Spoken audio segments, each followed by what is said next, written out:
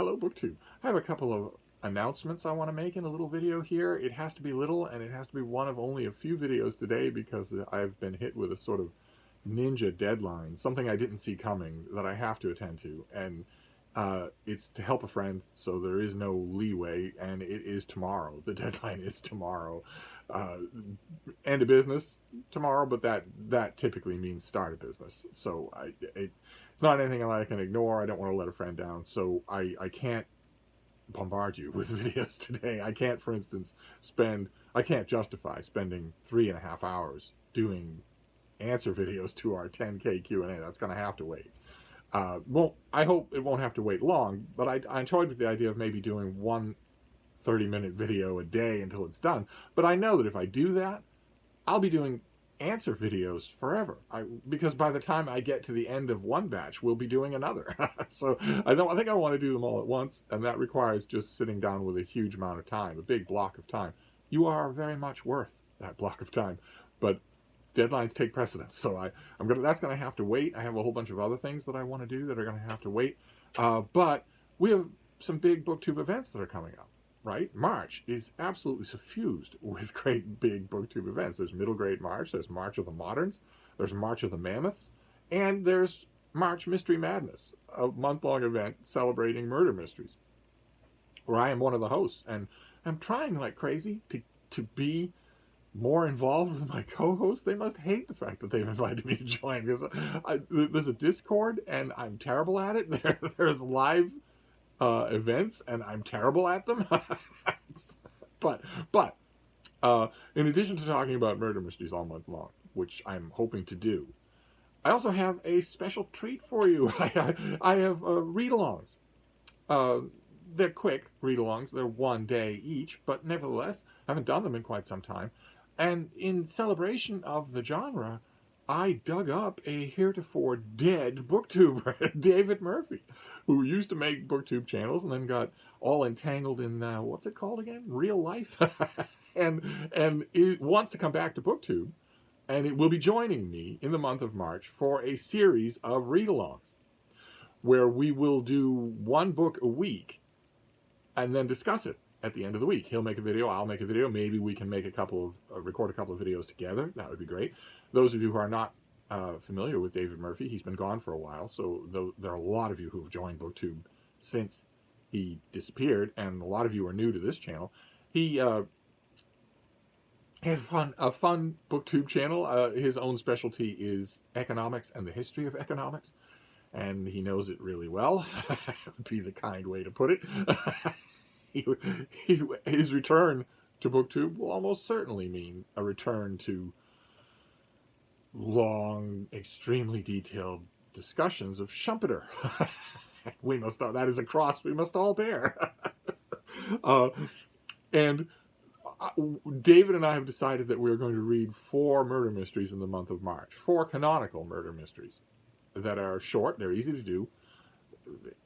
You'll have to add them to the reading burden that is the month of March. March is a widowmaker when it comes to BookTube, because it's just so much stuff to do.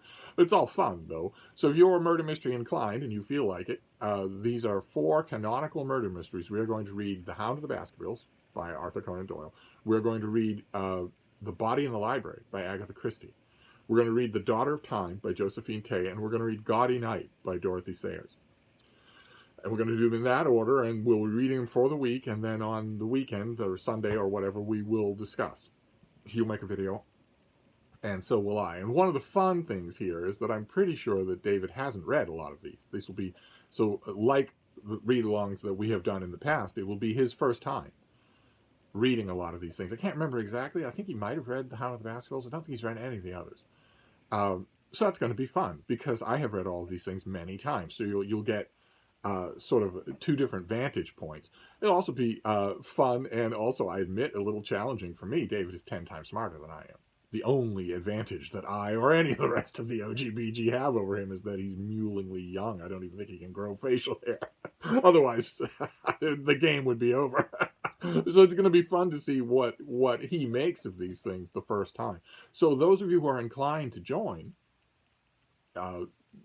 we will be reading The Hound of the Baskervilles for next Sunday, for a week from today. So if you haven't read it and you've always meant to, or if you've read it again and you want to brush up on it and join the conversation, that would be great fun.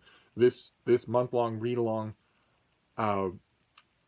won't address, much less solve, any of the deeper existential mysteries that afflict us here on BookTube. Like, for instance, why David Murphy and his brother are among us at all. Did we lose some sort of appalling, celestial, admittedly low-stakes bet? I don't know. I can't answer those questions. No one can. They may not be answerable, but nevertheless, the smaller answers, what happened on Grimp and Meyer, we can probably tackle. So we'll do that for the month of March, starting with The Hound of the Baskervilles. So brush off your collected Shakespeare, which I am scandalized to learn I do not have. I do not have a collected Shakespeare. I was thinking about just the other day because I saw something on the Bookish Bryant's channel, a big Sherlock Holmes volume, and I thought, oh boy, wouldn't it be fun to take down my collected Sherlock Holmes volume? And I don't have one. I don't have one. How is that possible? A nice one-volume collected Sherlock Holmes with Sidney Paget illustrations, the classic illustrations that were in the Strand magazine. You can't have a collected Sherlock Holmes without Sidney Paget illustrations, and I don't have it at all. So I'm going to have to make do, or maybe check around the charity shops and see if one is there. But one way or another, I have electronic versions of Hound of the Baskervilles, and so do you, right? You have Project Gutenberg. You have a million resources to read these things. So be wonderful if you could join us. Be wonderful if you could join March Mystery Madness just in general. I will be talking much more about it and hopefully appearing on a live stream at some point or other. It can't be impossible. I've done it before. The live streams are going, at least right now, are going to be a little bit complicated by this deadline, this ninja deadline that I have. Everything in my life is going to be a little bit complicated by that until I get it done, because it's not just filing on time, it's also being ready. You have to be ready for questions and quick revisions, or even slow revisions. So it's I admit I love it, but nevertheless, we're going to I will deal with that, but we'll be talking about mysteries a lot more in the month of March anyway, even if it's not immediately. And you now have a buddy read, the only kind of buddy read anybody has ever wants me to do. It'll be me and David Murphy talking about these canonical murder mysteries. So Hound of the Baskervilles first. So I'm going to wrap this up and get to work, but I will see you soon. Thank you, BookTube.